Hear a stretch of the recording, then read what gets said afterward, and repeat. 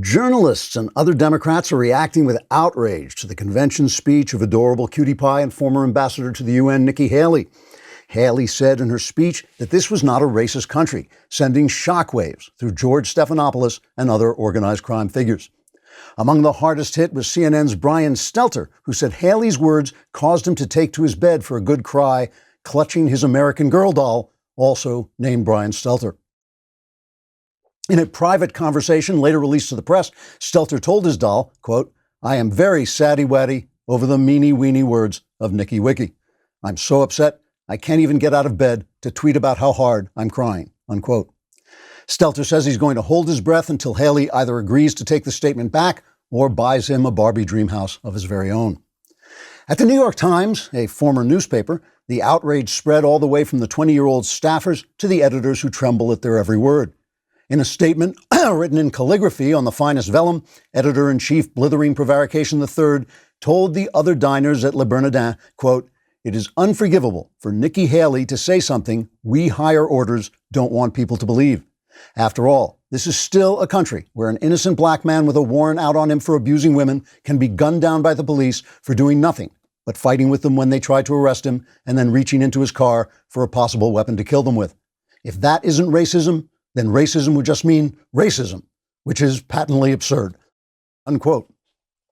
Presumptive former President Joe Biden also condemned Haley's speech, saying, quote, "It was personally disappointing to me to hear those words coming from a woman whose hair smells so great, I just want to be buried in it, possibly within the next couple of minutes, because I'm really not feeling very well."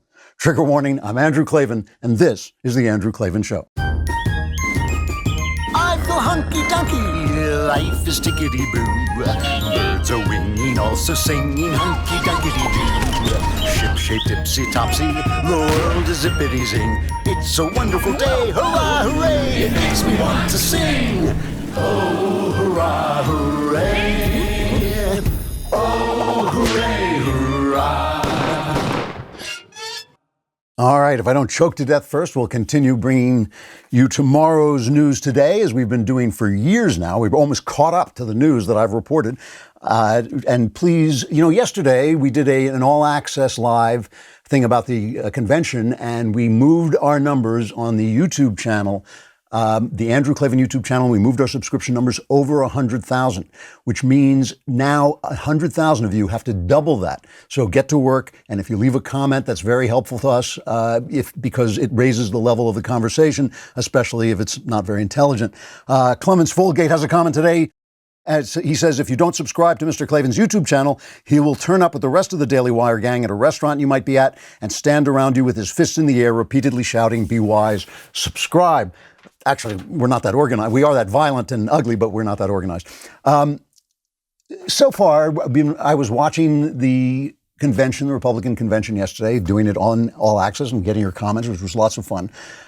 So far, I see two major differences between the Democrat convention and the Republican convention.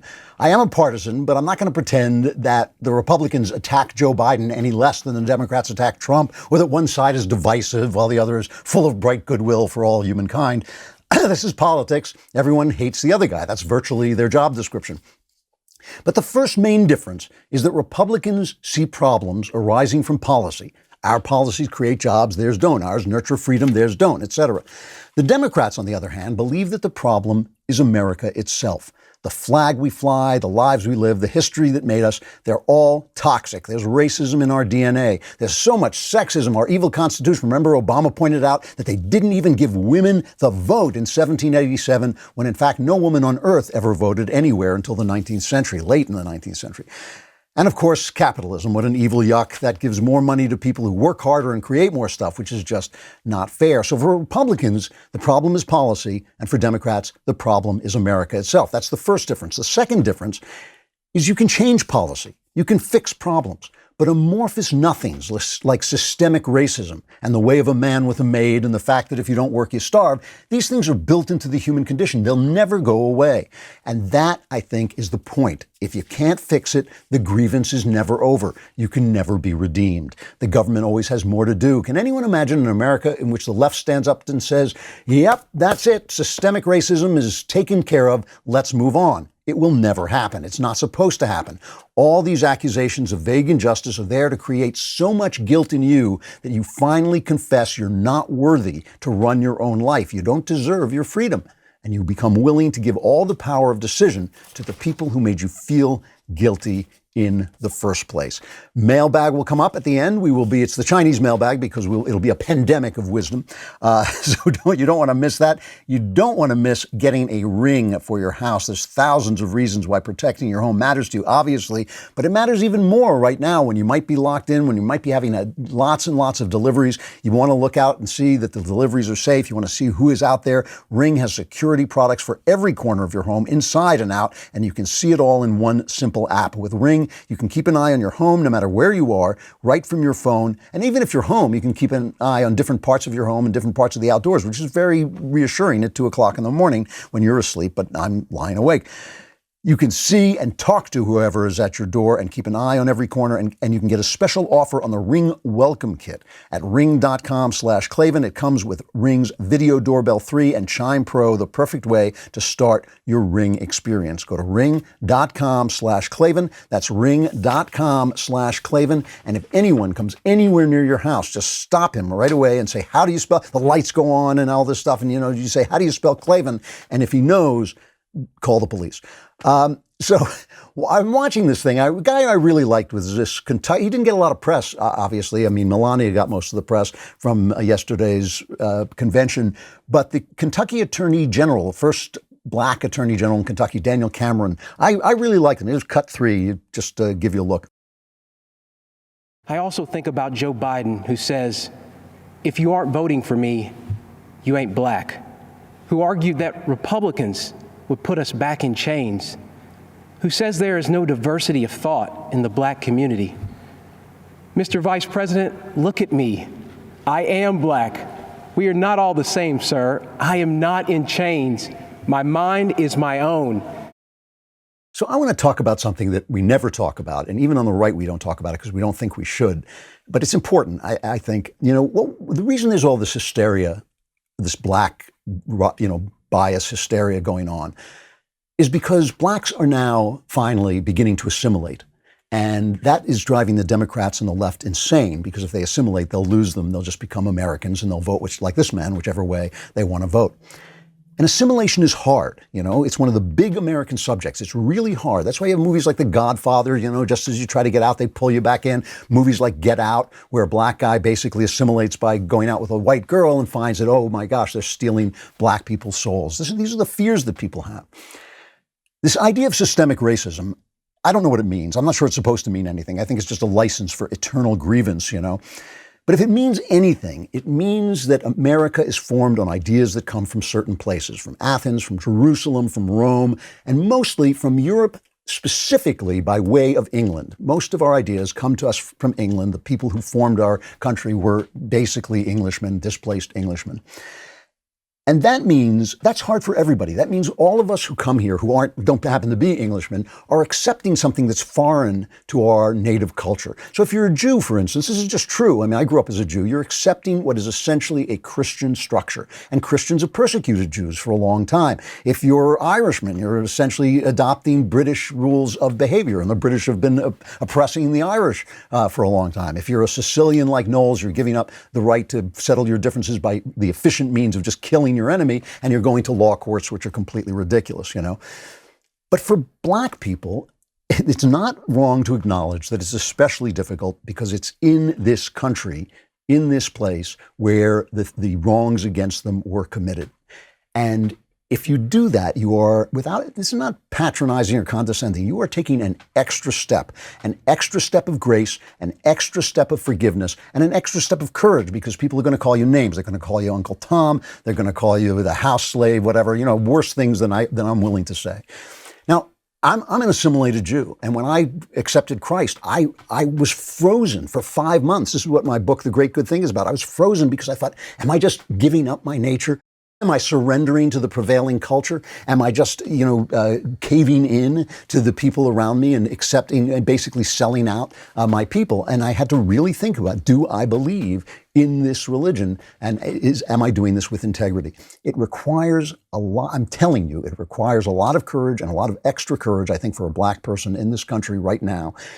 And we should celebrate that, we on the right. When a guy comes over to the Republicans, he is committing an act of courage and grace and forgiveness. And when he says, I love this country, I am part of this, he's taking a little extra step. And I don't think it's wrong to celebrate that. And I think a guy like that comes on, we should say, yeah, that's cool. Because forgiveness is not the natural thing. What the left is doing is the natural thing. Bitterness and eternal grievance is the natural thing. Forgiveness is the Christly thing, and it's a beautiful, beautiful thing to see. And this also goes for Melania. And I'm speaking really bluntly today, but you can stand it. When Melania became First Lady, I was worried that she was going to shame the nation. She had a dodgy past.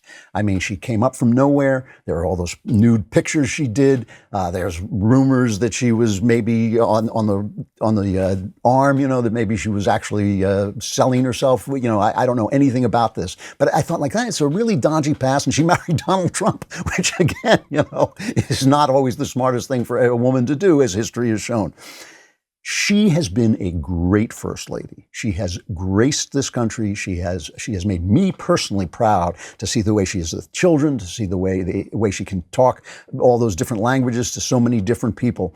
And this is something we ought to celebrate. Not like, oh, don't talk about that, don't bring that up. No, this is somebody who elevated herself, who became something greater than the situation she was in. And I know about this too. I'm not supposed to be here. I'm not supposed to be here. I'm supposed to be a lot crazier and dead. But I'm here because by the grace of God and by the work of God, only through that, I was elevated into something new. That's a celebration. That's a beautiful thing. I personally celebrate it every day. And I celebrate it when I see people like Melania. And meanwhile, we get from the left, especially our disgusting celebrity class, who really, the fact that we make these people famous speaks ill of us. But here's Sarah Silverman. She tweeted during the speech, I have to admit, Melania is a pretty sexy, lying, a-hole, complicit pig. Okay, Kathy Griffin, I can't even quote what she said. It's all filth.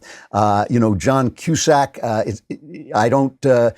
if she was a sex worker and who knows the truth about such a thing, that's not what's wrong. It's being a racist, a liar, and a criminal enabler of a Nazi who put children in cages. Never forget this model was actually a call girl. Rapper Cardi B said, didn't she used to sell that WAP? Well, you know what? If she did, she's become one of the most graceful, beautiful First Ladies we've ever had. And it is an extreme statement of the pettiness and meanness and small-heartedness of the left that they don't put her on magazine covers. I know it's a small thing, but the First Lady is kind of for everybody. She's not taking sides all the time. She's supporting her husband, but she's not taking sides. She usually does stuff that involves children and drugs and things like that. There's no reason not to put this beautiful, graceful woman on magazine covers. It's just meanness. It's just smallness. It's just power hunger because they own all those magazines and we're too stupid to start our own women's magazines and our own culture, our own counterculture to counter theirs. So let's take a look at what she said. She basically made a unifying speech, a speech I think that was meant to appeal to women with whom Trump has a problem. This is cut 18 saying she's not going to make it a partisan speech. As you have heard this evening, I don't want to use this precious time attacking the other side, because as we saw last week, that kind of talk only serves to divide the country further. I'm here because we need my husband to be our president and commander-in-chief for 4 more years. He's what is best for our country. And I love that she said, he speaks his mind, and she broke out in a big smile. We all know that he doesn't keep his mouth shut, basically. And so she went high. She learned this, obviously, from Michelle Obama. You can compare her speech, and you can see she took a tip from Michelle Obama, who went so high. This is cut 23. They see our leaders labeling fellow citizens enemies of the state while emboldening torch-bearing white supremacists. They watch in horror as children are torn from their families and thrown into cages, and pepper spray and rubber bullets are used on peaceful protesters for a photo op. Sadly, this is the America that is on display for the next generation. a nation that's underperforming not simply on matters of policy, but on matters of character. So I got the saying wrong. It's when Melania goes high, Michelle goes right into the mud. What I love about the Michelle speech is every word of it was untrue. You know, the stuff about saying good things about white supremacists, the stuff about putting kids in cages, which her husband was doing way before Donald Trump had to do it because of the law. The other part that I love was Melania basically addressed the riots, which, you know, the press has been, until today, the press has been covering them up. And she called for people to come together. There's cut 20. We still have so much to learn from one another. With that in mind, I like to call on the citizens of this country to take a moment, pause, and look at things from all perspectives. I urge people to come together in a civil manner so we can work and live up to our standard American ideals. I also ask people to stop the violence and looting being done in the name of justice. So Lester Holt, the anchorman at NBC, is shocked that she would attack looters. What's wrong with her? This got 6. She may have raised eyebrows when she talked about the need to stop looting in the name of justice. There will be those who will take offense at that, who are in the streets protesting, not necessarily looting. Yeah, so Kenosha, Wisconsin is on fire. Finally, this is breaking through. People are seeing it. Don Lemon is not happy. This is cut 8. And I think this is a blind spot for Democrats. I think Democrats are ignoring this problem or hoping that it will go away. And it's not going to go away. And so, unless someone comes up with a solution over the next 73 days or 70, so however many days. 68 days. 68 days. So it's not going to, the problem is not going to be fixed by then. But what they can do, and I think maybe Joe Biden may be afraid to do it. I'm not sure. Maybe he won't. Maybe he is. He's got to address it. Because the polls are going bad. Governor Kate Brown of Oregon, she tweets, "Let me be clear, it's time for the violence and vandalism to end so Portland can focus on the important work to be done to achieve real change for racial justice. Those who have committed acts of violence will be held accountable." It's time for the violence to end. It's been months. It's polls o'clock. You know, polls. The hand is halfway past the polls, and we're titching, and suddenly we're losing. We had the whole media covering this up, and suddenly people aren't happy. All this, of course, is the shooting of Jacob Blake, which is still not completely, it looks to me like maybe it was a justified shooting. Here is Jacob Blake's mother saying she doesn't want this done in her son's name. Please don't burn up property and cause havoc and tear your own homes down in my son's name. You shouldn't do it. People shouldn't do it anyway. But to use my child or any other mother or father's child, our tragedy, to react in that manner is just not acceptable. You know, it's interesting. The medical examiner in Hennepin County, Minnesota, now says that George Floyd, if he had been left alone, would still have died from the fentanyl in his blood. He's not saying he did die of the fentanyl in his blood, but he said he had enough in his blood to kill him, a fatal dose. So there's another narrative going down the drain. And of course, all these, the thing about this stuff is it's like, these things are always complicated. You always want to see them through, but the media just keeps pumping out the rage. They keep pumping out the narrative, and they are basically complicit in this violence. And we've seen how ugly it's getting. People were killed in Wisconsin yesterday. We don't know yet who it was or how exactly it happened, but it seems like some guy actually went out with a gun and started fighting back, and we don't know if he was justified. We don't know the whole story yet, but still, what do you think is going to happen? What do you think is going to happen when you let people just riot and run riot? They've called out the National Guard, but they've refused federal help,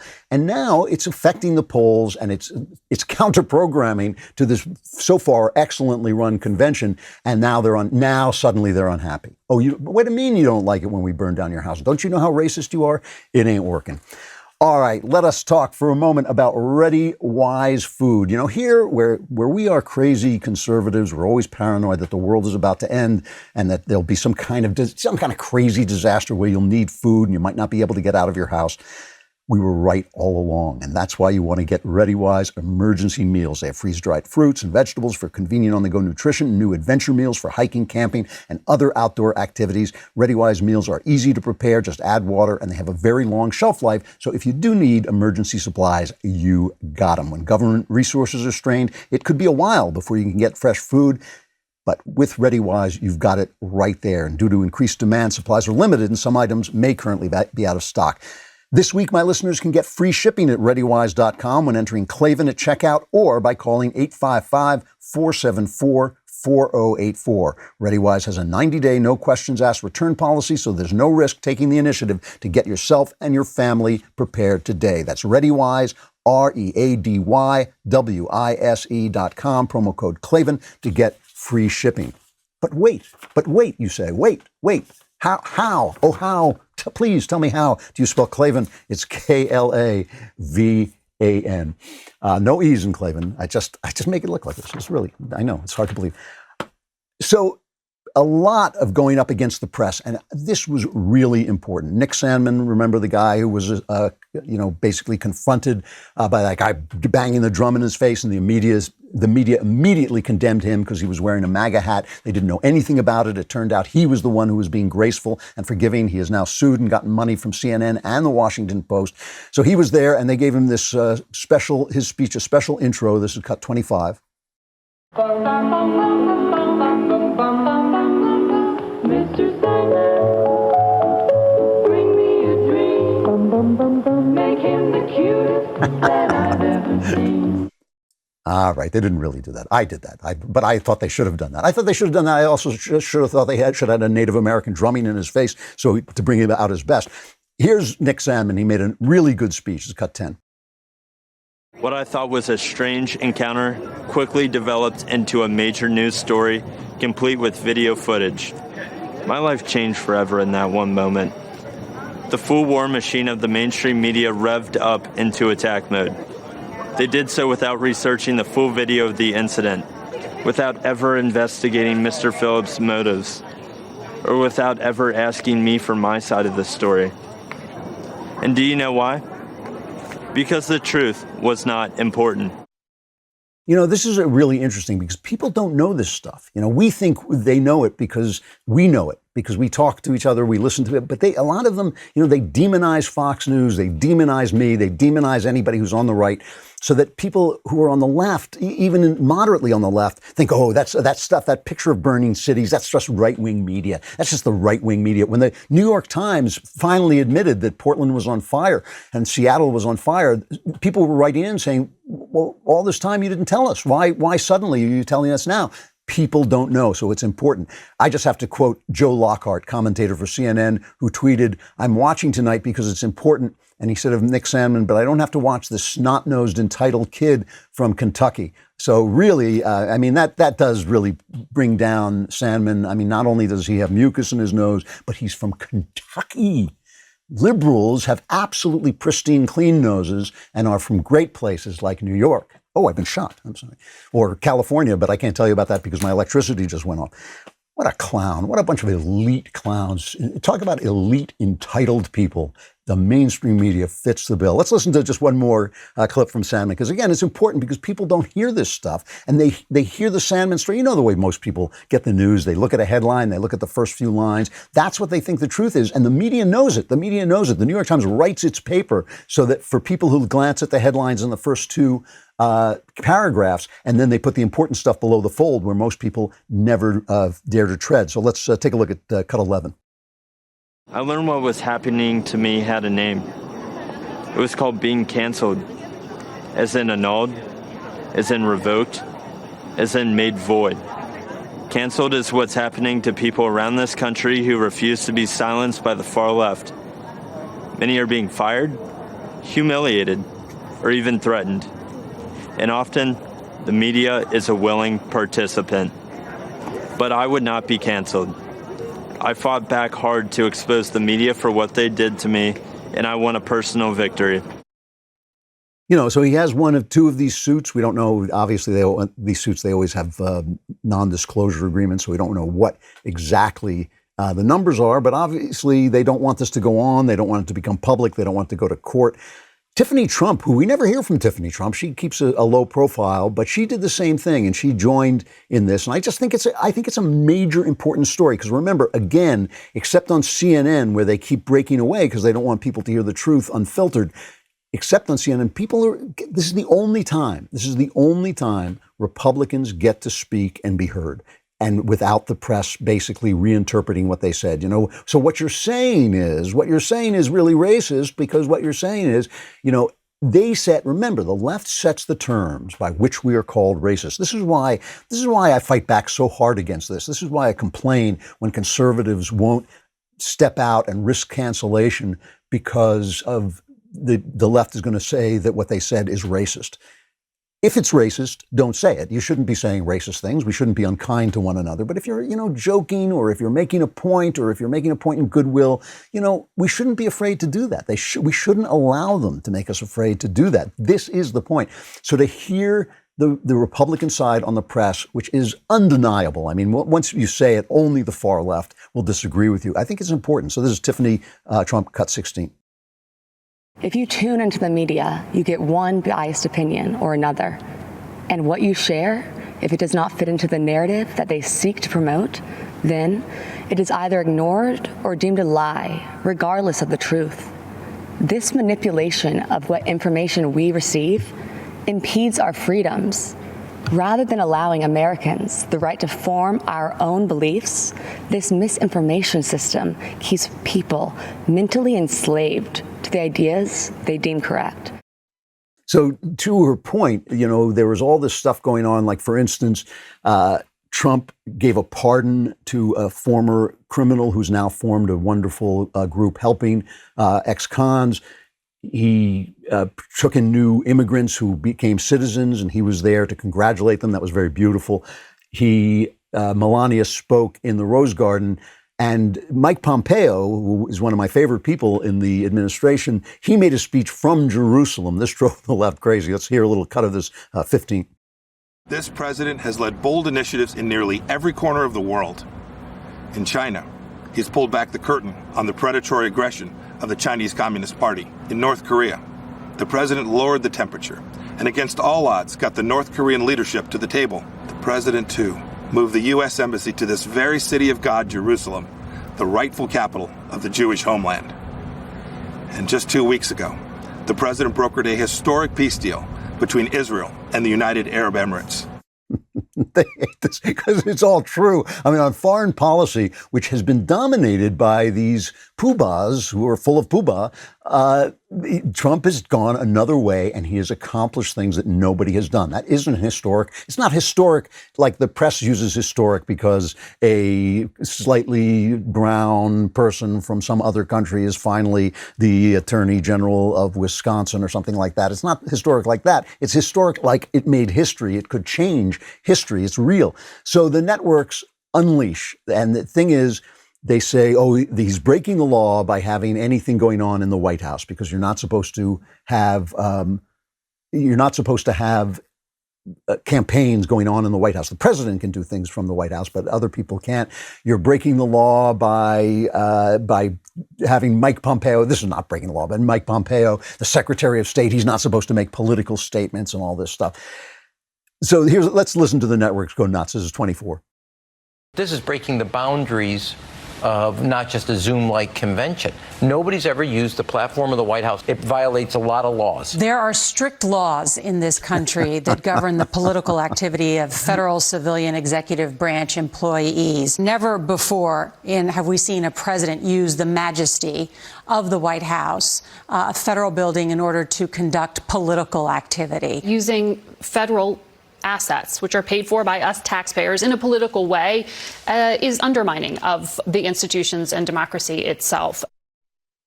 So that's fair. That's pretty much the way they covered the Democratic convention, right? Listen, I'm in L.A. You could look up and see Obama in Air Force One coming in here to meet with Harvey Weinstein to get his money for his next campaign. I mean, Obama did all this stuff. Conservatives, Republicans complained about it constantly, but never got traction. Why?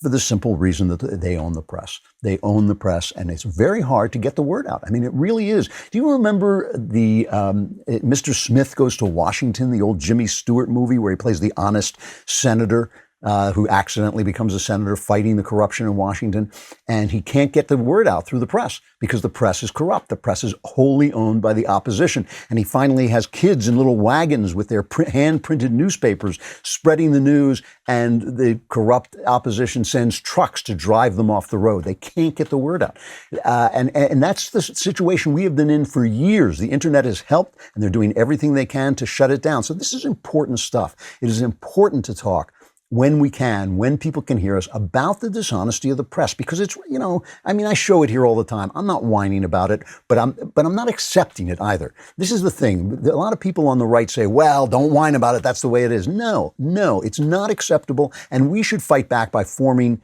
venues that actually bring you the news. We have venues for commentary like this one, but we need more venues that bring you the news fair and square. All right. If you were not there yesterday, you missed me being absolutely delightful. And also, I missed a chance to get to talk to you. And you want to get an all-access membership. The all-access membership includes nightly all-access live sessions where one of us hosts hops on to chat with you guys. I love doing that. Exclusive access to live online discussions with hosts, writers, and special guests. You get 2, count them. 1, 2, you can probably do that. Some of my audience, I'm not so sure, but you get 2 Leftist Tears tumblers. And tonight, Matt Walsh will be live streaming the entire night of day 3 of the RNC, watching with you and taking your comments and questions. They asked me to do the entire night. I laughed. Starts at 8:15 p.m. Eastern, 5:15 p.m. Pacific. Sign up at dailywire.com/Klavan with coupon code ACCESS to get 20% off your membership. The mailbag is on its way.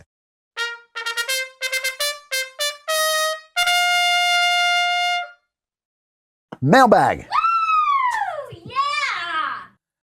That's what I was going to say. I'll try and keep my answers a little shorter today so you get to more. I've got so many good questions from Caitlin. Hi, Drew, huge fan. Love your show. Figured it's time you solved all my problems. This is a big one. My husband and I have been together for 6 years. We have 2 young children. He was raised Catholic, but we have been going to a non-denominational Christian church.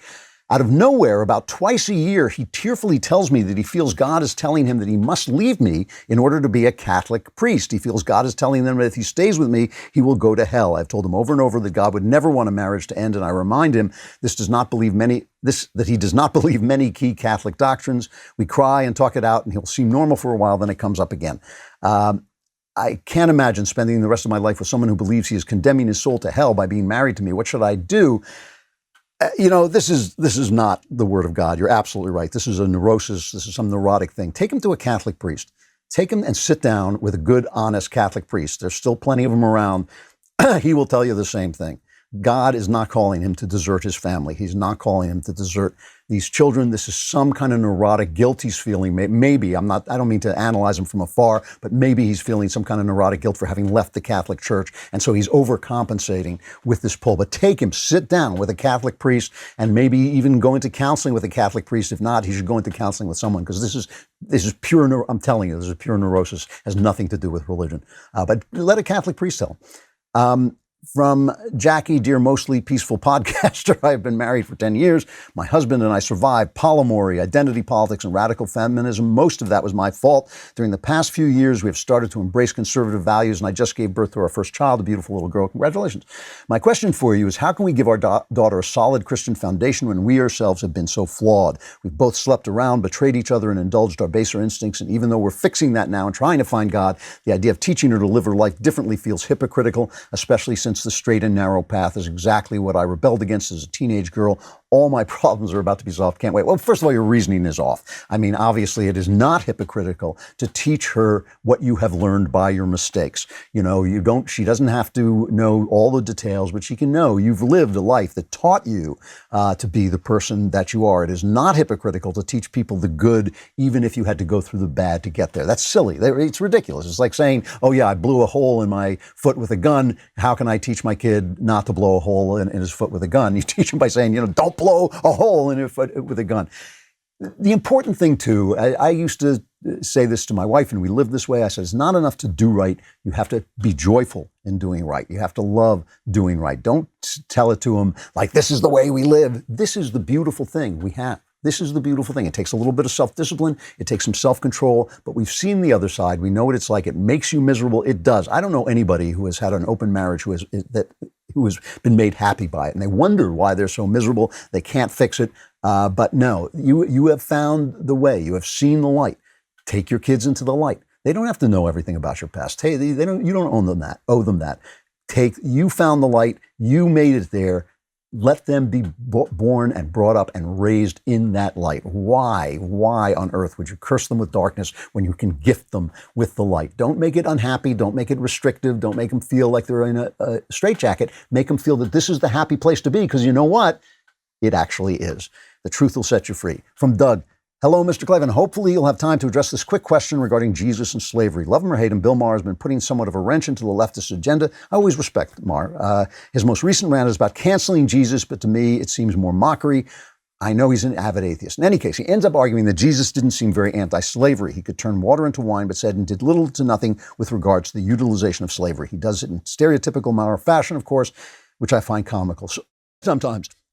So basically, what are your thoughts on Jesus' thoughts on slavery, and can you elaborate as to why he did nothing about it according to Maher? Yes, I can. A very instructive moment in the Gospels is when Jesus receives a woman taken in adultery, and they say the law says we have to stone her. Shall we stone her? And he says, stone her, but let him who has no sin, who is without sin, throw the first stone. And of course, nobody's without sin, so nobody throws a stone. Now, you can look at that, and I always make this joke when I talk about this, that liberals would say, that what conservatives would say, well, if you don't stone her, then everybody will commit adultery. That's what conservatives will say. But what liberals will say, well, how can he not change the law? How can he not say this law is terrible? There's a terrible law that you stone somebody for committing adultery. Jesus never does that. He infuses the standing culture, whatever it is, with love and forgiveness and the humanity that comes from knowing God. So he doesn't say, change that law. He never says it. He doesn't say, change that law. He doesn't say, repeal this. He doesn't say, stop this institution. What he says is, you infuse that with love. Because you know what? There's always going to be injustice. There's always going to be something wrong. And radical change usually makes things worse. But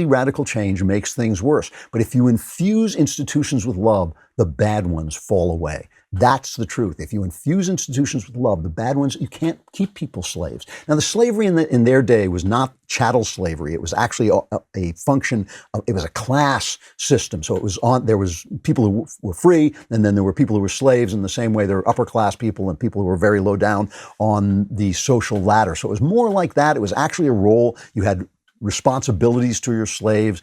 They were not people you were selling back and forth. It was not the same kind of thing. You had a family slave that had responsibilities to you and you to him. So it was different, but still, it was not the right thing. And he doesn't get rid of it. What he does is he infuses the society with love and with awareness of your own sins. And in doing that, all these things fall away. And the proof of that is that they did fall away, and they fell away first and foremost in Christian countries. And that's the proof. It takes centuries to change the human heart. You don't suddenly become a loving, wonderful person. Centuries of Christianity, of Christian thought, and Christian presence have to flow into a culture so that it changes. But if you want to know why it changes because of Jesus Christ. So Bill Maher says he didn't get rid of slavery. I say he did, because I say he's still here and still working in the human heart. And that's the truth. And so, there was no point in him coming out and saying, get rid of your slaves, because people were not going to do it. They wouldn't even understood what he was saying, but he infused every institution with love, and then slavery becomes impossible over time. From Heather, esteemed defender of the Republic, I have a question about freedom of speech. I've long been a believer in Milton's idea from the Areopagitica. Great young heretics. My son does a great young heretics podcast about that. That it's best to allow all ideas to be aired, and the best will rise to the top. Bad ideas will be more clearly shown to be faulted. My certainty in this idea is shaken by the difference in the culture that existed when Milton made his argument and the culture we now live in. Without a large portion of the population believing in Christianity and objective truth, is it possible for freedom of speech to bring out the best ideas? If most people in a culture lie, will freedom of speech still show up the lies? Well, you're making a really good point in the sense that Milton did believe that you could censor some kinds of things like atheist speech. He did believe in truth. And if you don't believe in truth, there's really no point in talking. So, but the problem is, of course, that once you start talking about free speech, speech becomes freer and freer. Ideas go out to their furthest point. And here's my argument with you. what you're saying is if we allow all arguments, the good may lose the argument. If we allow free speech, we may lose the argument. But my argument is if we don't allow free speech, we've already lost the argument. Because who will decide? Who is going to make the decision what speech should be free? And the answer is the people in power. There's only free speech and speech controlled by people with power. And people with power ultimately will only support speech that supports their power. So yes, we may lose. We may lose the argument, especially if we can't make the argument that truth exists, if we can't make the argument that God exists, if we can't speak up for those ideas which are central to the beneficence of free speech, we can lose. But we've already lost if we give over the right to censor our speech to the powerful and the well-placed, because that's who will do it. Now, I'm not, I'm close to an absolutist on free speech, but if you can do stuff about, toxic speech like pornography, I'm not against that. But in terms of political ideas, in terms of theological ideas, I am an absolutist, and I do believe we'll win, but I do believe we can lose. And if we lose, then that's a terrible thing, but not as terrible as having surrendered by giving up free speech itself, because free speech is the essence of who you are, because it's the way you express who you are, right? What comes out of the mouth comes from the heart, and that's why you have to be allowed to speak freely, because that's the only way you can be a free person. From David, my wife has been having a lot of anxiety about people saying natural disasters are getting worse, and she has a fear that we're living through the tribulation, the end times. Would you be able to share your thoughts on the world as it pertains to the end of the Bible, and if we are going to live through the tribulation?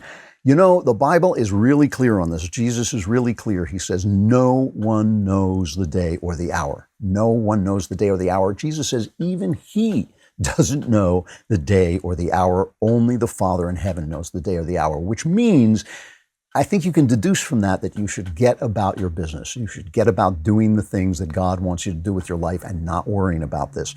The other thing that Jesus says is when it comes, there'll be no mistake. It's going to fall out like fire out of heaven. You will know that it's here. So, people have thought the tribulation was coming a million times through the centuries. We don't know. My joke is always, no one knows the days or the hour. But it's looking like Tuesday at 3 p.m., because everybody wants to know. Everybody thinks they know. And nobody likes suspense. That's why I made such a good living as a suspense novelist, because nobody likes suspense that they experience through fiction. Nobody likes to know the suspense. Everybody's worried. But the thing is, no one knows. So get about your business, live in hope, and do what God wants you to do. That's the only right answer. From Daniel, greetings, Klavan, master of the multiverse. My wife decided that she wants a divorce. I'm a Christian and believe that I should not divorce. But I should love my wife and make our marriage work. My wife, also Christian, does not believe that divorce is against God's word. She wants to divorce because she feels she's not ready and needs to figure itself out. I've tried to point her to the scriptures that talk about divorce, but she refuses to believe we should not get divorced. What should I do? She's already filed and is not willing to go to counseling. Should I comply and allow her to finalize the divorce? We've been married for 3 years. We do not have kids and our assets are not tied together. Yeah, you have no choice. Let her go. I mean, it's on her. I'm not a big fan of divorce, but there are no kids. And she's gone. What are you going to do? You lock her up in a room? It's ridiculous, So the marriage, she's not married to you anymore. She is not married to you anymore. You're not ending the marriage. She is. Let her go. Let her go and build another marriage with somebody who is going to be better to you. She feels that she's acting in Christ. It's not for me to judge. It's not for you to judge. You have done what you could, everything you could, and this is just beyond your power. It's just not in your power. So let her go. So from Joseph, I'm taking a brief pause from conspiring to convert you and Shapiro to Catholicism to ask a deeply personal question. My mother died early last month after a 6-week battle with a very aggressive cancer. I'm sorry to hear that. I'm only 24 and was very close to my mother. So this is a tremendous loss for me as well as my father. I'm an only child. While she died a repentant believer, and I'm confident she is either in the Lord's most loving arms or well on our way. I still miss her terribly. I've been listening to your show for years, and I was hoping you would have some inspiring words or advice for me as I navigate life after this sudden loss. Sincerely, came for Shapiro, stayed for Noel, subscribed for Klavan. Prayers for you and your most critical work. And what's a guy got to do to get a Klavan book signed? You send it to the care of the Daily Wire with a stamped, self-addressed envelope so I can send it back to you and I will sign it. It takes a while because I'm here and not there, but still. Listen, I've been through this. I'm going through it now. I've been through it during this pandemic. I have lost someone really dear to me. And I always say that grief is a desert that has to be crossed on foot. Meaning that it just takes time. You are going to be in pain. And the pain of grief is so bad because there's nothing you can do about it. There's no there's no antidote to death. Obviously, I too believe your mom is with the Lord and that you will be reunited and it'll be more beautiful than you can imagine, but she's not here. And this life matters, all lives matter and this life matters and it's painful as hell. And it really is like being in the middle of a desert where nothing grows. And here's what I can tell you, okay? God knows you're walking across this desert and he knows that there's a way for you to come out of this with more compassion, with more depth of feeling, with more soulfulness, with a more delineated soul than you had when you walked into this desert. That's the only consolation there is, that you are going through something that can lead you to a higher plane of living, of understanding, of loving. You can love deeper after grief. You can come out of it in a way that's proud. Make God your Northern Star. Ask yourself of God, not why me, not what am I doing here, not why did my mom die, but what am I supposed to do with this terrible pain? What am I supposed to do with this terrible situation? Ask yourself that question. What am I supposed to make of this? What direction am I supposed to go in? And don't just ask yourself, ask God, because he'll actually tell you. It'll tell you over time. It will become clear to you over time. Not that there's some project that is supposed to take place. There might be, but there might not be. Just that, what is it supposed to do to your point of view about the world? How are you supposed to better understand the world? How is this going to make you more loving, more forgiving, more of the person Christ made you to be when you were born, when you were conceived in the womb? God had an idea for you. I know about me, and we all know about ourselves, that you have not lived up to that idea. You are trying to grow into that idea. You are the shriveled version of yourself, trying to become the full version of yourself. How will you get there from where you are right now, which is a painful place? Don't expect it to go away. Don't say, oh, I had a sudden revelation, now I feel better.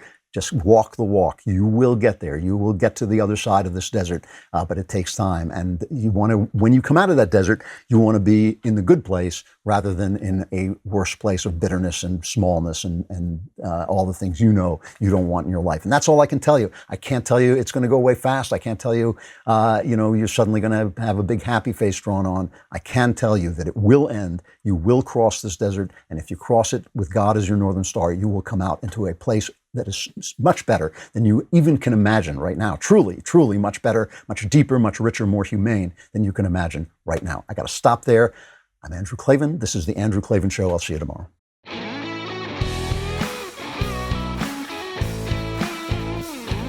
The Andrew Klavan Show is produced by Robert Sterling. Executive producer, Jeremy Boring. Technical producer, Austin Stevens. Our supervising producer is Mathis Glover.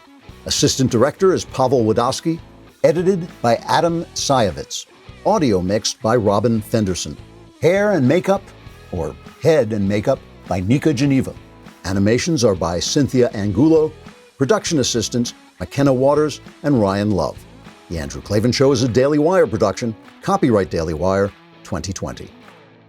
Wisconsin gives new meaning to the term battleground state. The Covington kid addresses the RNC, and Democrats already refuse to concede the election. Check it out on The Michael Knowles Show.